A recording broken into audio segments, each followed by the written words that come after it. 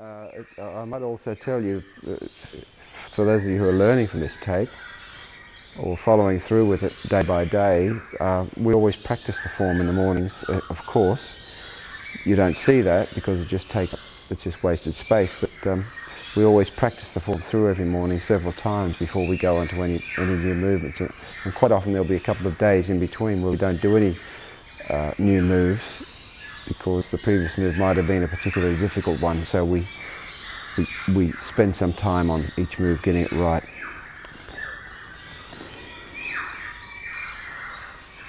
That's where we're up to.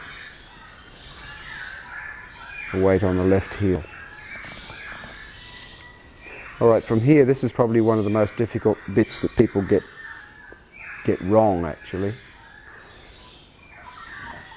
Again, there are two things that you have to do in harmony. I'll face the camera, I'll face this way to do it just so that we can get it right in the camera first. There are two things you have to do. You simply, or three things really, you have to change your weight straight over to your right heel, and you have to turn your waist and your hips, so your hips turn to the north but your waist turns into the northeast corner. So those two things have to happen together, so you have to go. You'll see how your hips can't turn any more than to the north, but your waist can, so your shoulders turn into the northeast corner, and you have to change your weight, and everything has to start and stop together. So your weight's on your right leg now. Keep your knees bent, Kathleen. Everything has to start and stop at precisely the same time. However, this is where the difficulty comes. Your hands come around here, and they have to end up in that other corner, in the opposite, like that. And that has to happen like when you come around and over. That circle continues, and as you start to change your weight and you get to double weighted position, that's when both hands circle in and go over each pectoral like that. And then that circling continues and you push straight out into the northeast corner up at precisely the same time that your weight change stops and the turning of your waist stops. So there's three things that have to start and begin together. What most people do is this. I'll tell you what most people do wrong so you don't do it, is this. You get around to here and they'll go, see, no good, I've already changed my weight, but the hand movement's still happening, see?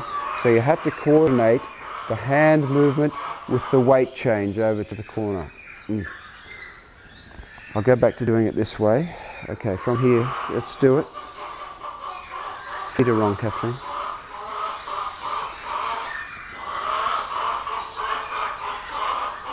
Okay, swing out to the left. Now, the weight's on your left heel. Bring your hands into your chest. Weight double weighted. Now, you should be facing the north at this time, because you started out facing over the northwest, right? Now your waist and your shoulders are going to be where, so your hips can only point to the north, you can't turn them anymore. So as your hands come over your chest, your waist only catches up with your hips, so everything's pointing to the north now.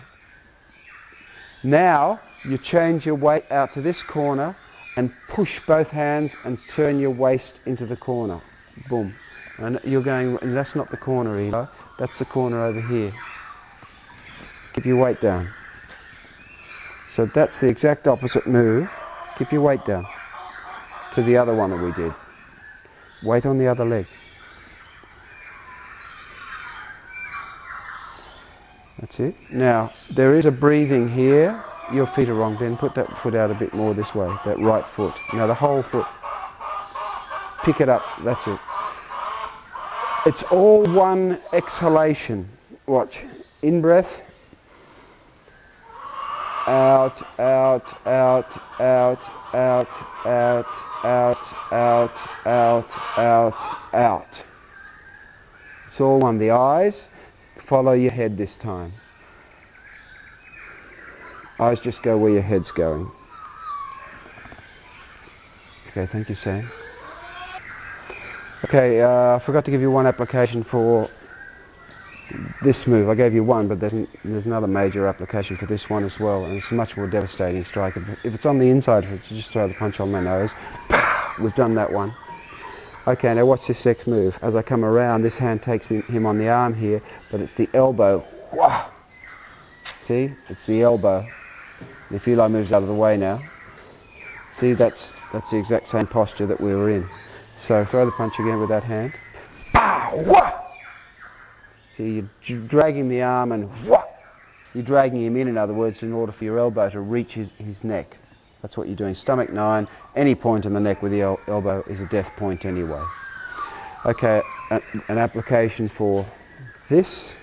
So we've done, both of those postures are the same, obviously, on opposite sides, but they like to give us different applications to training.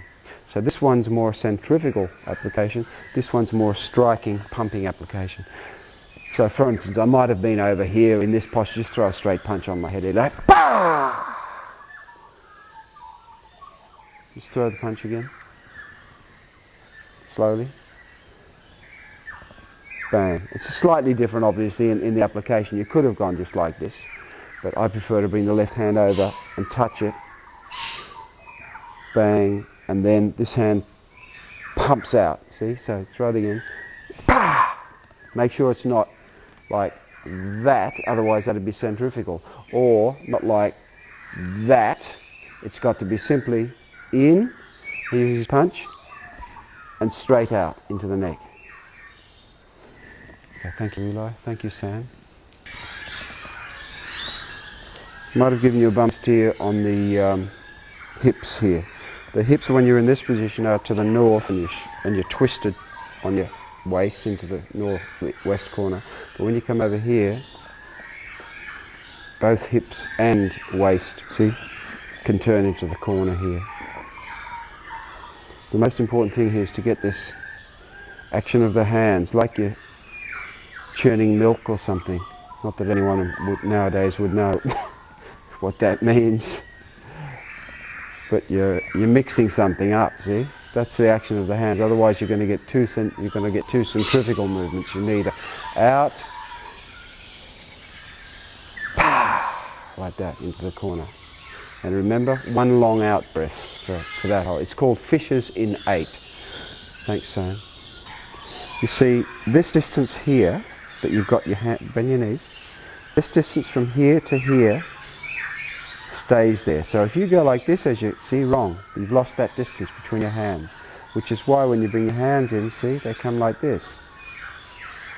So both hands are over each pectoral, or as you would know it, each tit.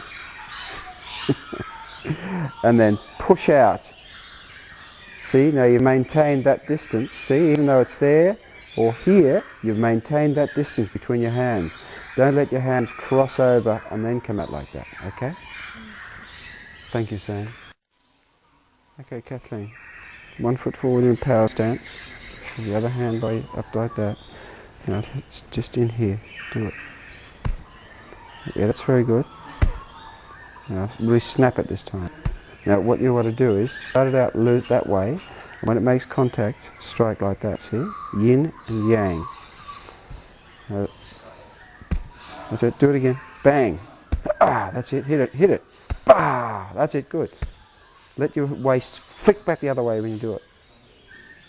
Bah! Oh, that was a good one. I'm going to have a big red hand mark on there now, you donkey. Try it again. Bah! Bah! Hit! Bah! Excellent, darling. Just do one more with your waist. That's it. Good. Okay. Thank you, Sam. Okay. This next movement is the first fairly difficult movement, and it requires a bit of learning. First of all, you have to learn what the right hand does only. Now, all the right hand does is this. It makes from where I'm standing, it makes a counterclockwise circle. Up to 12 o'clock. Down to 6 o'clock, like that. That's all your right hand does, is this. But it's got to do something else as it makes that circle, see? So it just does a circle like that. So that's all I teach people, first of all, is just to make a circle like that. Because people just don't understand the intricacies of this movement. They always get it wrong.